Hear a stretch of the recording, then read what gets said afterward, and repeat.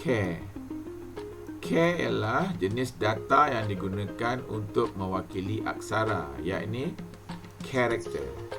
Aksara terdiri daripada huruf, abjad, angka dan simbol berdasarkan kod piawai Amerika untuk pertukaran maklumat ASC2, iaitu American Standard Code for Information Interchange. Jadual 3.2 menunjukkan jenis-jenis data yang diwakili oleh char. Imbas kembali, kod ASC2 dalam bentuk perduaan menggunakan 7 bit untuk mewakili satu aksara. Akses web. Layari laman sesawang di bawah ini untuk mendapatkan maklumat lanjut tentang cara penggunaan char dalam bahasa pengaturcaraan lain seperti C dan Java. Untuk yang ada telefon bimbit, boleh scan QR code ni ataupun boleh masuk dalam laman web yang tertera. Kita lihat jadual 3.2, pengelasan jenis aksara berserta contoh. Kita lihat di sini jenis aksara dan juga contoh. Huruf A hingga Z ataupun A huruf kecil lah hingga Z huruf kecil. Kemudian digit 0, 1, 2 dan seterusnya. Dan juga simbol. Simbol macam tanda ringgit, tanda @ peratus dan lain-lain. Bahasa-bahasa pengaturcaraan seperti C, C++, C# dan Java mengiktiraf jenis data char. Sinteks untuk char digunakan semasa pengisytiharan sesuatu pun boleh ubah. Bahasa pengaturcaraan Python tidak mempunyai jenis data char. Akan tetapi, semua aksara diwakili dalam jenis data lain yang disebut string. Contoh 3.4, kod arahan yang menggunakan bahasa pengaturcaraan C++ untuk memaparkan satu aksara A. So, awak lihat ni contoh kod dia, kod arahan dia. Awak ikut saja contoh kod arahan ni. Dan awak tengok di sini Okey. Di sini awak lihat Sinteks umum char digunakan untuk mengisytiharkan pemboleh ubah huruf satu dengan jenis data char. Ini huruf satu ni. Data char dia ni lah A yang keluar ni. Karakter. Anda boleh mencuba kod arahan ini dengan menggunakan program pengaturcaraan C++ secara dalam talian melalui laman sesawang berikut. Jadi awak boleh pergi ke laman sesawang ni untuk mencuba memasukkan kod C++ tadi untuk awak cuba kat situ. Awak boleh pergi ke laman web. Tip, dalam satu ayat string, ruang kosong iaitu empty space yang terdapat di dalamnya juga diambil kira sebagai satu aksara. Jadi dalam satu ayat string tu yang kita tekan space bar kalau dekat komputer kan, dekat laptop ke dekat PC kita tekan dekat keyboard tu kita tekan space bar. Space bar tu kosongan, ruang kosongan. Tapi dalam satu ayat tu dia dikira juga sebagai aksara. Maksudnya ruang kosong tu juga adalah aksara. Kita lihat string. String ialah satu perkataan yang dibina daripada aksara. String terdiri daripada satu urutan aksara-aksara yang berjujukan yang membentuk suatu retetan. Satu retetan tu iaitu string lah. Okay. Raja 3.7 di bawah mengilustrasikan pembentukan satu perkataan daripada beberapa aksara.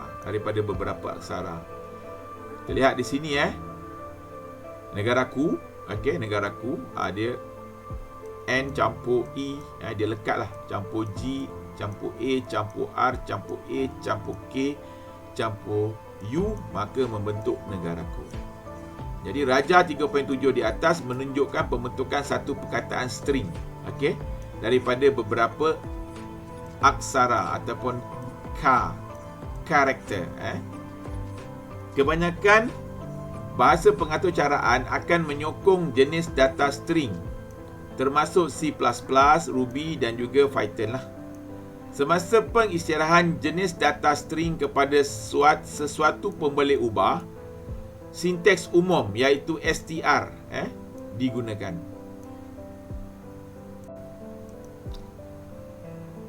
Semasa mengatur cara, nilai string yang diberikan kepada sesuatu pemboleh ubah perlu diletakkan tanda petikan tunggal. Awak tengok contoh tanda petikan tunggal lah. Ni contoh dia. Yang dekat atas kecil tu. Dua tu. Atau tanda petikan berganda. Ataupun tanda petikan yang berganda. Dia ada dua. Atas tu buka dan tutup lah.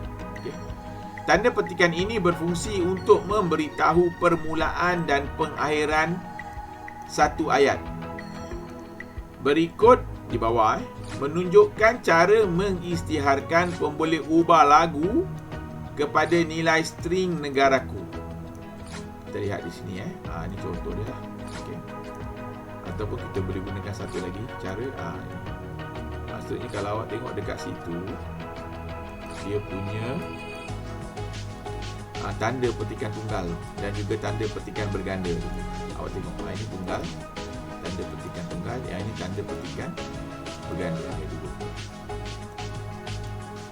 Tip awak lihat di sini, bergantung kepada sesuatu kod arahan yang ingin dibangunkan. Ada kalanya string boleh dijadikan sebagai pemboleh ubah dan boleh juga digunakan untuk dijadikan pemalah. Fakta segera, walaupun bahasa pengaturcaraan Python tidak mempunyai jenis data untuk karakter, karakter, tetapi penggunaan fungsi lain membolehkan Python memanipulasikan aksara-aksara dalam string. Contoh 3.5, kod arahan bahasa pengaturcaraan Python yang menggunakan jenis data string. Okey, awak tengok di sini yang Python yang awak dah install dalam topik sebelum ni. Okey, awak boleh gunakan kod ini. Kod ni boleh typekan dalam awak punya Python punya tingkap awak punya tingkap Python. Awak tengok sini sinteks umum yang digunakan dalam membuat pengisytiharan string ialah str. Okey, dalam Python ni awak tengok untuk pengisytiharan string tu dia gunakan ni. str ni maksudnya singkatan kepada string lah. And then bila print ayat tu adalah ini selamat datang. And then dia akan keluar selamat datang. Bila awak tekan enter, dia akan keluar selamat datang. Teks berwarna biru. Ini teks berwarna biru yang ini selamat datang ni. Ialah output. Ini output lah bagi fungsi print yang awak dah bagi arahan sini. Print dalam kurungan tu, ayat tu. Ayat tu ialah ni lah. Dia bagi tahu ayat ialah ini, selamat datang. Bila print ayat, dia akan print selamat datang dekat bawah ni. Okey, kat bawah. Dalam pengaturcaraan Python, mencetak sesuatu pemboleh ubah dengan fungsi print, lepas tu kurungan lah, tidak perlu menggunakan tanda petikan. Maksudnya awak tak perlu gunakan tanda petikan tunggal atau petikan berganda untuk Python. Kalau C++, awak kena gunakan tanda petikan tunggal atau berganda. Beza antara cara buat kod menggunakan Python dan juga C++. Dalam pengaturcaraan Python, jenis data string dapat digunakan bersama-sama fungsi Python yang lain untuk memanipulasi nilai string mengikut keperluan dan tujuan sesuatu program atau aplikasi yang ingin dibangunkan. Jadual 3.3 di bawah menunjukkan fungsi yang memanipulasi nilai string dan tujuannya. Jadual 3.3, fungsi yang memanipulasi nilai string dan tujuannya. Kita lihat sekejap akses web. Layari laman sesawang ini untuk memahami urutan keluar, operator khas, simbol khas dan fungsi nilai khas untuk memanipulasi string dalam pengaturcaraan Python. Okey, awak boleh scan QR code ni ataupun awak boleh pergi ke laman web yang tertera. Okey, kita sambung balik jadual 3.3. Okey. Kita lihat di sini fungsi dan juga tujuan. Fungsi tanda ini, dua tanda ini, apa fungsi dia? Mencapai satu aksara atau lebih dalam string yang kita dah nyatakan sebelum itu. Len, lepas tu kurungan. Okey, bila len digunakan dengan kurungan, tujuan dia untuk menghitung bilangan aksara dalam string. Katakan aksara tu ada ADA. Okey, bila len ni dia akan kira ada berapa perkataan, huruf yang digunakan. 3 kan? ADA ada 3. Maksudnya dia akan paparkan 3 lah. Simbol campur ataupun simbol plus. Menggabungkan dua string tanpa ruang kosong. Okey, nak gabungkan dua string. Kemudian simbol koma ni, bawah kecil ni, koma ni. Koma ni menggabungkan dua string dengan satu ruang kosong. Simbol ni star, simbol star. Okey. Mengulang string dengan bilangan yang dinyatakan. Join, iaitu kurungan. Kurungan buka dan tutup. Menambahkan aksara di antara setiap aksara. Contoh dari 3.6 hingga contoh 3.9 memperjelaskan lagi cara untuk menggunakan semua fungsi-fungsi dalam jadual 3.3 yang kita lihat sebentar tadi. Contoh-contoh ini akan membimbing murid memahami kegunaan fungsi-fungsi tersebut untuk membolehkan murid mengatur cara dengan menggunakan Python dalam subtopik 3.2. Contoh 3.6. Kod arahan bahasa pengaturcaraan Python untuk mencapai satu aksara ataupun lebih daripada satu aksara lah dalam string. Jadi kita lihat contoh kod yang telah dinyatakan di sini. Okey.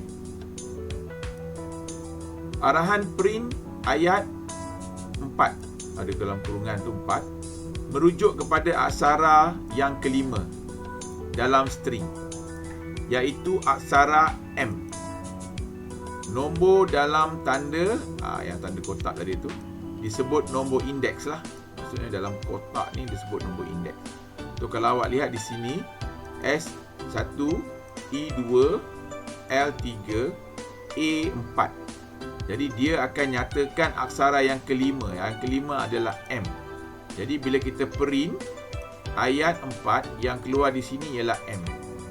Kita lihat pula arahan print ayat 10-14 merujuk kepada aksara dalam lingkungan ke-10 hingga ke-14 dalam string, iaitu tang, T-A-N-G. Jadi awak lihat di sini dia kira daripada ayat yang ke-11 lah. Okey. Yang ke-11. Jadi awak lihat space bar ini pun dikira jugalah. Sama juga macam print ayat yang 4 tadi, dia ambil aksara yang kelima. Jadi yang 10 hingga 14 ni dia ambil aksara yang ke-11 hingga ke-15 lah. So itu yang keluar tang, T-A-N-G yang keluar tang. Contoh 3.7.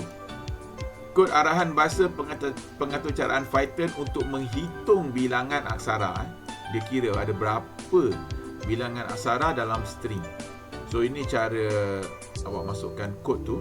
Okey. Awak nampak sini len. Len maksudnya macam hitung lah, macam bilang.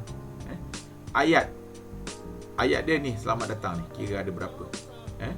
Jadi jawapannya adalah 14. Di mana ruang kosong dalam suatu string juga diambil kira sebagai satu aksara. Jadi 14 tu adalah termasuk space bar, ruang kosong ni.